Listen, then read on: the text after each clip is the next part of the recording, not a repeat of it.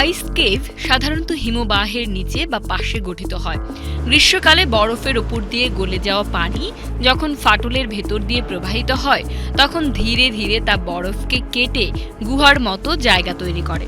কিছু ক্ষেত্রে আগ্নেয়গিরির তাপ বরফ গলিয়ে তৈরি করে অদ্ভুত আকৃতির গুহা।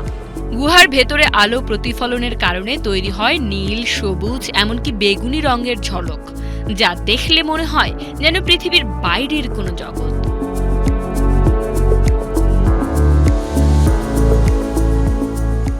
আইসল্যান্ডের বিখ্যাত ভাতনাইকুল গ্লেসিয়ার আইস কেভ প্রতি বছর শীতকালে নতুন রূপে জন্ম নেয়।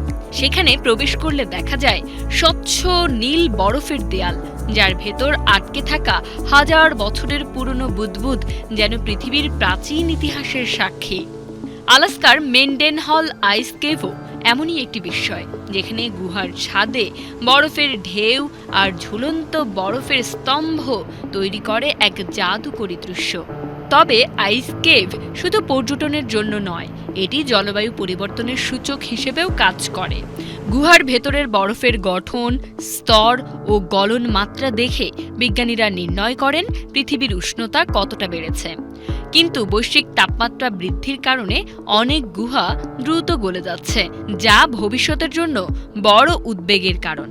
এই গুহাগুলো প্রবেশের জন্য প্রয়োজন বিশেষ প্রশিক্ষণ ও সরঞ্জাম।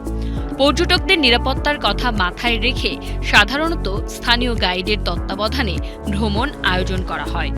প্রতিটি পদক্ষেপেই থাকে রোমাঞ্চ ও বিস্ময়ের ছোঁয়া।